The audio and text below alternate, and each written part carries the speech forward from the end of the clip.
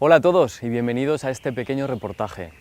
Hace casi 15 años que volé por primera vez para venir aquí, al norte de Suiza, pero viajé particularmente para venir a Ruti. Ruti es una pequeña ciudad en la que vive Willy Bechstein. Willy Bechstein es una persona que después de dedicarse toda la vida a trabajar para empresas como IBM o al oboe de manera semiprofesional, decidió fabricar las máquinas de las que vamos a hablar hoy. Desde su pequeño taller, Willy ha desarrollado durante sus años de jubilación máquinas de raspado, de pregubia, de gubia y de forma. Y quizás su particularidad es que durante todos estos años ha seguido siempre desarrollando las máquinas y buscando darnos más comodidades y mejorar las máquinas para que nos sea más fácil hacer las cañas del oboe. Es por eso que después de 15 años trabajando con su máquina de raspado, me pareció que era el momento adecuado para hacer una especie de homenaje con este vídeo a todo el trabajo que ha hecho durante estos años. Hoy no solo conoceremos más sobre las máquinas y cómo funcionan, sino que también conoceremos a Willy y conoceremos toda la historia detrás de su trabajo. Espero que os guste este pequeño vídeo, este pequeño homenaje a su trabajo.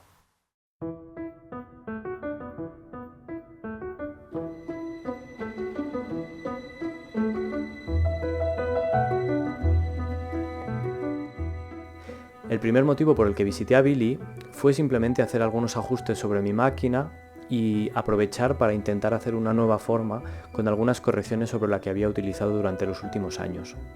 De hecho, lo que veréis a continuación es el proceso desde el prototipo de una nueva forma hasta la final de metal. Pero aprovechamos también la ocasión para tener una larga conversación con él en la que nos contó toda la historia desde sus inicios con las máquinas hasta las que podemos utilizar hoy.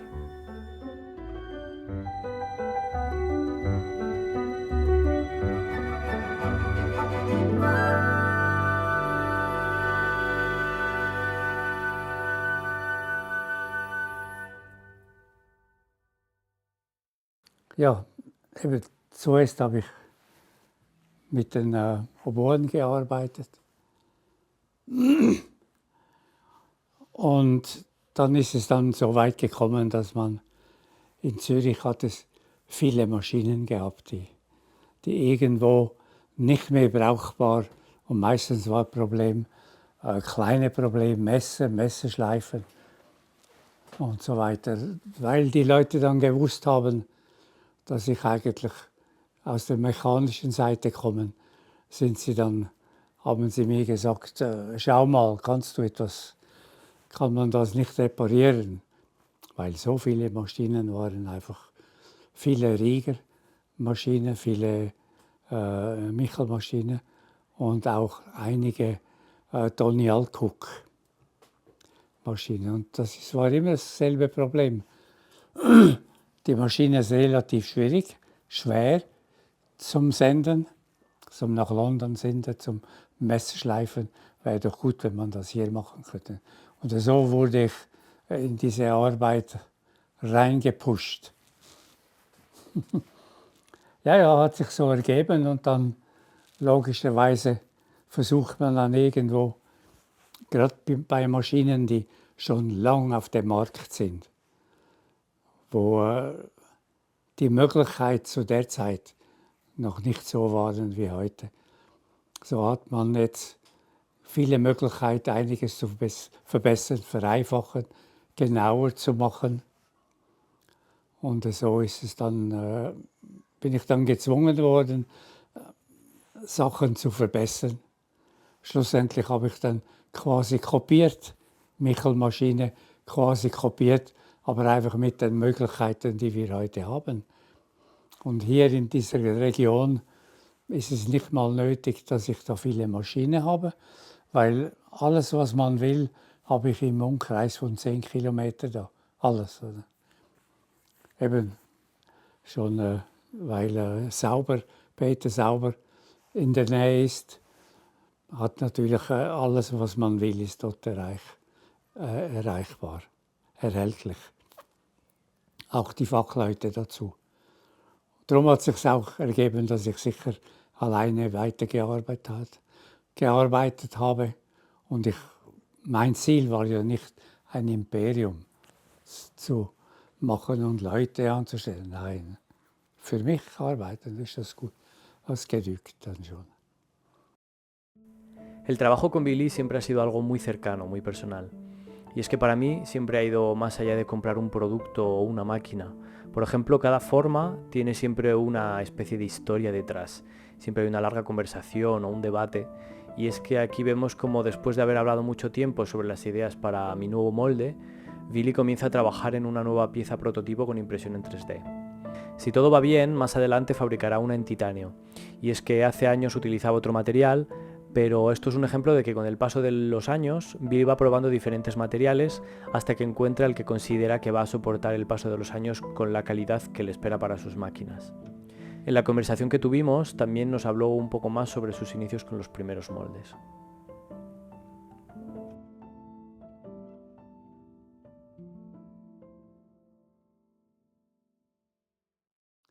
Ja, so ist es dann weitergegangen, auch mit Außenhobel. Beim Außenhobel war eigentlich, oder ist eigentlich das große Problem war, als ich angefangen habe, vor 25 Jahren, 20, das Problem war die Form machen. Ich habe nirgends gefunden, nicht jemand gefunden, wo die Daten, die wir haben, übersetzen kann und dann maschinell wiederherstellen. Tony Alcock hat es versucht. Er hat so eine Abtasteinrichtung gemacht. Er hat dieselbe Maschine wie zum die Form machen. Er hat dann aber das Rohr zuerst installiert und hat das Rohr abgetastet. Das wäre eigentlich rein theoretisch ideal. Aber es hat sich dann gezeigt, dass die Oboisten immer gesagt haben, das ist nicht mein Rohr. Und dabei, ich war bei ihm in London eine ganze Woche diesbezüglich, wollten wir schauen, ob ich das irgendwie verbessern kann. Weil er hatte Probleme mit der Software von diesen, es ist eigentlich dann ein Roboterprogramm gewesen. Aber das Roboterprogramm kam, man hat gekauft, kam aus der Schweiz. Und ich habe IBM mit diesem Programm gearbeitet und mit diesen Maschinen. So war das ein bisschen die Idee, schauen wir mal das gemeinsam. Aber das funktioniert aus dem Grund, weil es ist dann nicht dasselbe, wenn das bei der Maschine einspannst. Er hat zuerst gespielt, installiert, nass gemacht, so nahe wirklichkeitsgetreu. Aber hat dann nicht funktioniert. Hablé también con Roberto Cuervo, al que conoceréis más adelante, y que ha colaborado mucho tiempo con Billy, y me contó que cuando empezaron a hacer el programa que iba a diseñar las formas, se dieron cuenta de que también era más difícil de lo que se habían imaginado, ya que no puedes simplemente copiar una caña para hacer la forma. Necesitas realmente hacer una forma de metal que genere el raspado perfecto para el inicio de la caña, no para el final, ya que hace muchos años había algunas máquinas que en vez de tener una forma de metal, tenían una pieza en la que tú podías montar una caña que funcionara bien para ti y entonces la máquina iba a copiar ese raspado.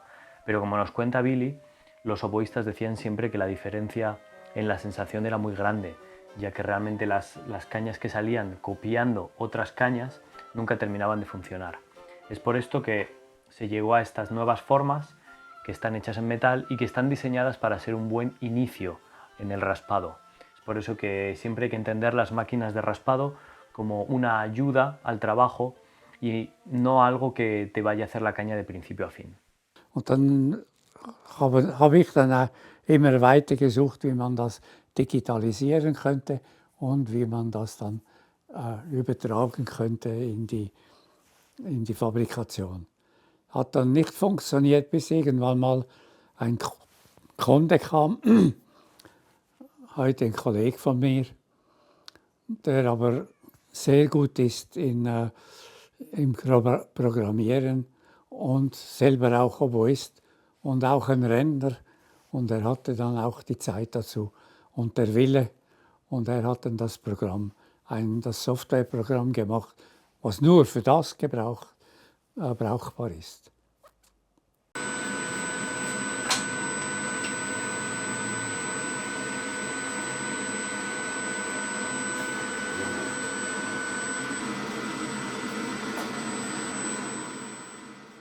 Aquí vemos cómo Billy está haciendo las últimas comprobaciones sobre la forma prototipo. Y es que, como podemos imaginar, hay que ser muy preciso a la hora de hacer estas piezas. Y es que cualquier asimetría o cualquier medida ligeramente incorrecta haría que la forma no funcionase. Recordemos que a la hora de hacer una caña, un punto demasiado alto o demasiado bajo en el micrómetro puede hacer que la caña cambie drásticamente. Y es exactamente lo mismo a la hora de hacer la forma de la máquina. Dann hatten wir immer noch das Problem, das in die Hardware zu bringen. Wo kann man, welcher Maschinist übernimmt so ein fremdes Programm in seine Maschine. Weil das ist, wenn das nicht gut, richtig gemacht ist, ist die Gefahr, dass die Maschine natürlich da wie wild im Raum herum zerstört. Aber wir hatten einen gemeinsamen Kollegen, der gerade neu eine CNC-Maschine installiert hat. Und er hat sich dann bereit erklärt, abends die Maschine zu öffnen, sodass man die Software und alles ein bisschen anschauen konnte und dann das kopieren. Also die Prozedur übertragen. Ja, und von da an war es dann relativ einfach. O sea, conozco a Billy desde hace más o menos 23 años, desde que vine a Suiza, y si entiendes trabajar como esa actividad en la que te levantas todos los días a las 7 de la mañana, vas a la oficina, no es así, siempre es más un intercambio de ideas, de experiencia, o prueba esto, hacemos esto así, no sé, es más colaboración que trabajo. Estuve con Roberto probando nuevas formas de la máquina y también estuvimos hablando de qué dirección podría tomar mi nuevo molde. Pero quizás lo más interesante fue hablar con él y ver lo que ha aprendido colaborando durante todos estos años con Billy. Sigue trabajando porque es una pasión, es una afición, es como porque tocamos el oboe, es pasión, afición, obligación. Y en su caso, repito, creo que es pasión y afición, y también dentro de lo que yo considero su filosofía de vida es también una manera de seguir activo. Porque estamos hablando de Billy hoy, en 2023, tiene 82 años y sigue muy, muy activo, tanto mentalmente como corporalmente. Y yo creo que gracias al estar trabajando continuamente con las máquinas, a un tempo tranquilo, andante, pero siempre está ahí.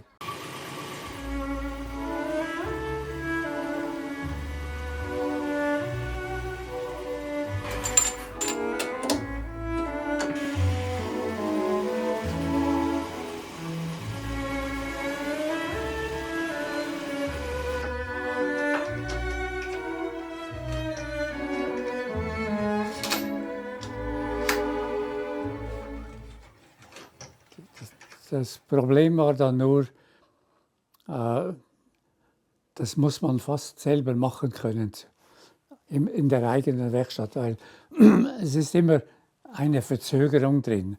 Oder jemand kommt, hat eine Idee, ein bisschen mehr da, ein bisschen und so weiter. Mit der Oboe das, es wird immer ein bisschen. Und vor allem die Anfangszeit war so, dann waren die Ideen, die Spannweite waren noch viel größer.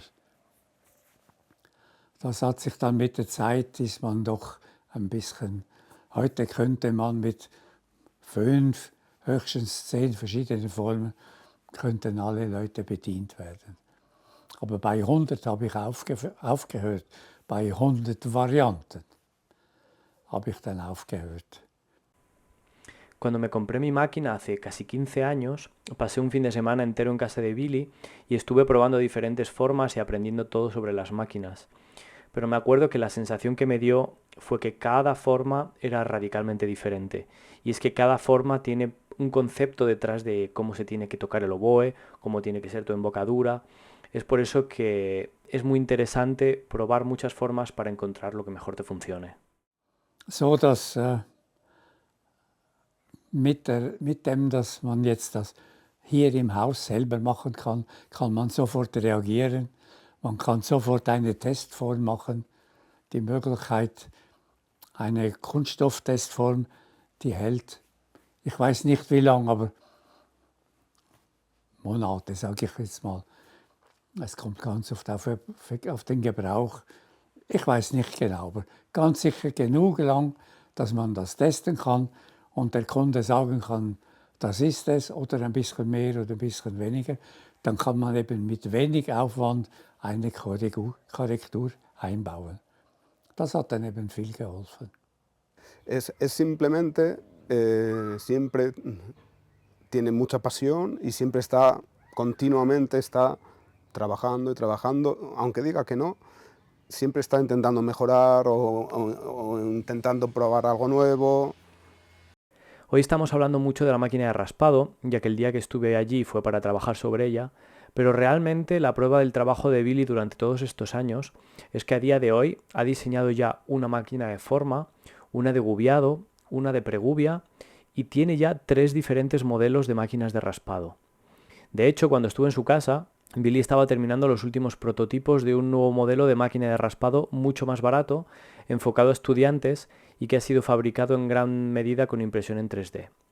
Billy nos cuenta aquí también un poco de cómo llegaron a este concepto de las máquinas más pequeñas. Ja, und dann kam die Phase, wo die Leute immer kleinere Maschinen wollten.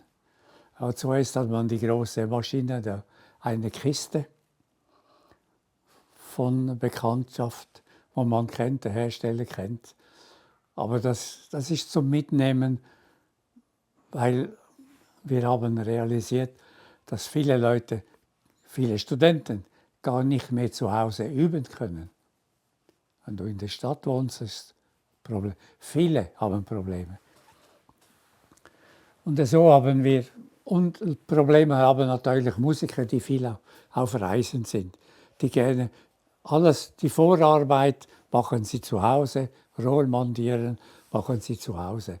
Aber dann das mit dem Außenhobel, sie haben sehr oft, wenn sie irgendwo im Hotel sind, immer plötzlich wieder die Zeit, die sie eigentlich gern zu Hause hätten, mit dem Außenhobel das Rohr fertig zu machen.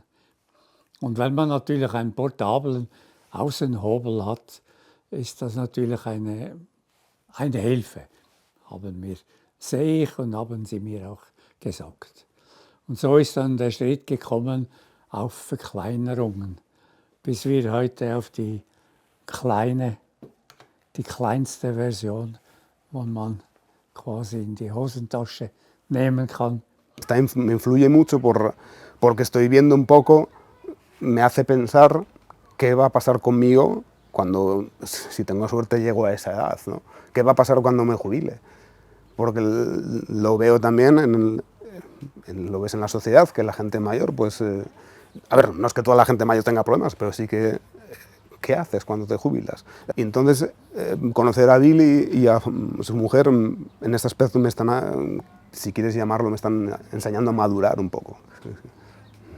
Como podemos ver, mi forma ya está terminada. Billy está haciendo las últimas mediciones de seguridad, pero a continuación llegó la última parte de la conversación, que para mí fue una de las más interesantes, y es que le preguntamos primero por qué nunca ha intentado hacer de su empresa algo más grande, por qué no intenta vender más máquinas, y también por qué sigue trabajando tanto con 82 años, ¿no?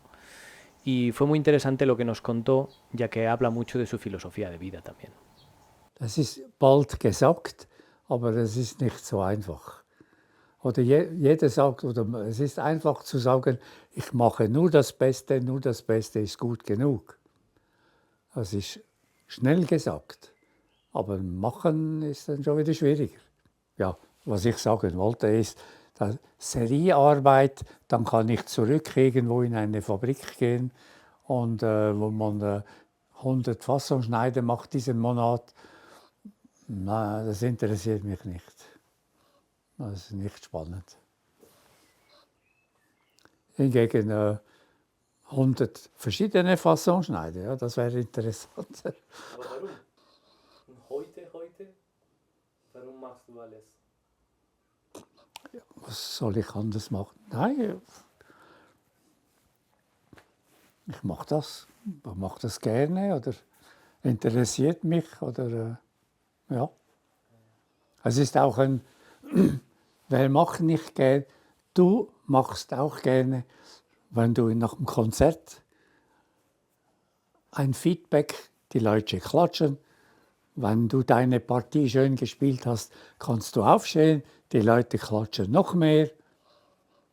Dann ist das ein Feedback, das ist da dasselbe. Ob es du Motoren machst für sauber und du bist dann an der ersten Position oder ob du so etwas machst und die Leute sagen, ja, jetzt ist gut.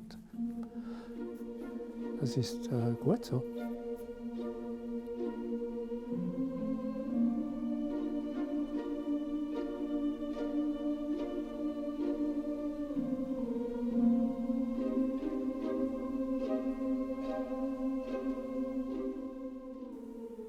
Cuando empecé a planificar este reportaje, la verdad es que estaba interesado en las máquinas y en la historia detrás de su fabricación. Sin embargo, tras pasar más tiempo con Billy en su taller y conocer su historia, lo que me ha fascinado más ha sido realmente la dedicación de un hombre que, llevando 25 años en su pensión, sigue trabajando por puro amor a sus máquinas. Como bien nos decía él mismo, Billy nunca ha querido construir un imperio, no intenta venderte una máquina más o una máquina menos.